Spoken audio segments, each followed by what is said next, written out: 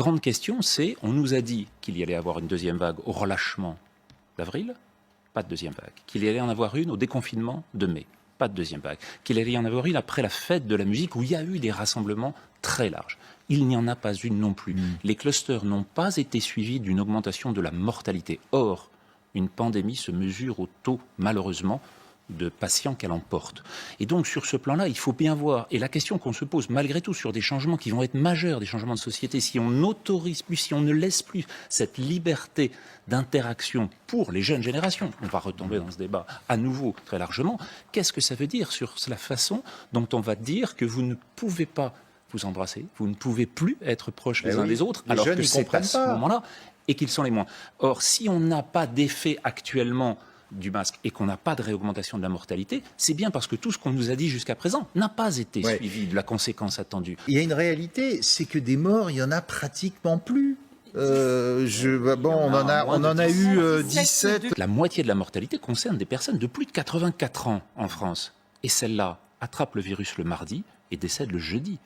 Donc en fait, sur la mortalité du printemps, cet immense tsunami qu'on a eu un taux extrêmement rapide, extraordinairement fort, extraordinairement puissant, et cette mortalité est arrivée très vite. Donc la mortalité est un vrai signe sur lequel on peut agir, on pouvait agir. Maintenant, on est dans une situation dans laquelle on a de plus en plus de jeunes asymptomatiques sur lesquels on voit aucun effet dans aucun pays d'Europe. À nouveau, vous l'avez vu sur un nombre de cas de pays comme la Belgique, l'Italie. Mais si on regarde la courbe européenne, on peut éventuellement la montrer là à l'écran, c'est exactement la même. C'est-à-dire qu'elle retrouve la totalité. On la voit ici. Vous avez à gauche la courbe européenne qui passe par ce pic fin mars, début avril, et la courbe française, incluant les malades en EHPAD, qui suit exactement la même chose. Et vous l'avez vu pour la Belgique, vous l'avez vu pour l'Italie, vous l'avez vu pour l'Espagne. Quand on voit cette courbe-là, il y a des tas de nos téléspectateurs qui disent c'est fini, c'est terminé. La réponse à avoir maintenant est une réponse qui soit adaptée à ces chiffres-là. On va avoir des tas de vaccins, parce que ça semble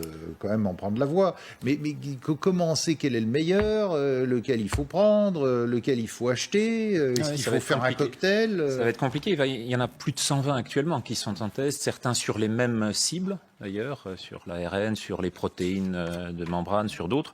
Mais en fait, le problème, il va être celui qui avait été résumé dans un des débats du mois de mai à peu près, c'est est-ce qu'il va être à temps si, par hasard, l'épidémie voyait une diminution, comme elle le fait en Europe, et qu'il n'y avait qu'une seule vague. Si c'est le cas... Ça veut dire qu'il servira à rien ? Ça veut dire qu'il ne servira à rien. Ça a été le cas pour le SARS. Ça a été le cas pour le SARS-1, sur lequel, en 2008, les publications ont montré qu'il n'y avait plus de SARS-1. Le masque partout. C'est qu'on n'a aucune argumentation réelle pour pouvoir soutenir cette décision. C'est-à-dire que même l'interdiction des plages la nuit à Quiberon ou au Sable d'Olonne, ça n'a aucun intérêt, ça n'aura aucun effet. Le seul endroit où on doit être pour ne pas attraper le virus, c'est sur la plage.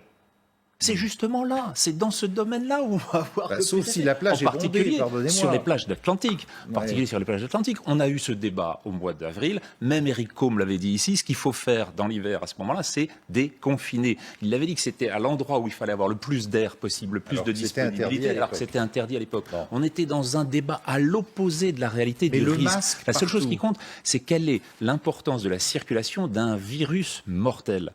Ça l'a été au mois de mars. Ça ne l'est plus au mois de juillet. Or, prendre des décisions sous prétexte qu'il y a une augmentation du nombre de cas parce qu'on va les chercher en Belgique, de la même façon qu'on va les chercher dans un très grand nombre de pays du monde. Et cette augmentation-là, on la voit dans la totalité du monde, alors que le nombre, c'est-à-dire la létalité, le rapport du mort par rapport au nombre de contaminés, ne cesse de diminuer depuis 2 mois, dans le monde entier. Mais donc il a tort, donc, Olivier Véran, quand il dit qu'il vaut mieux porter le masque. Il n'a aucun argument scientifique pour le faire. Et donc là, on est dans le politique. On est dans du politique qui est de dire, face à des situations, et vous le disiez tout à l'heure... Il fait de la politique ? Olivier Véran, oui, me semble-t-il. S'il est ministre de la Santé, c'est pour ça. Non. Et donc, on est face à une situation dans laquelle la modulation du nombre de gens et donc du nombre de réactions qu'on va avoir va être l'un des moteurs de la décision.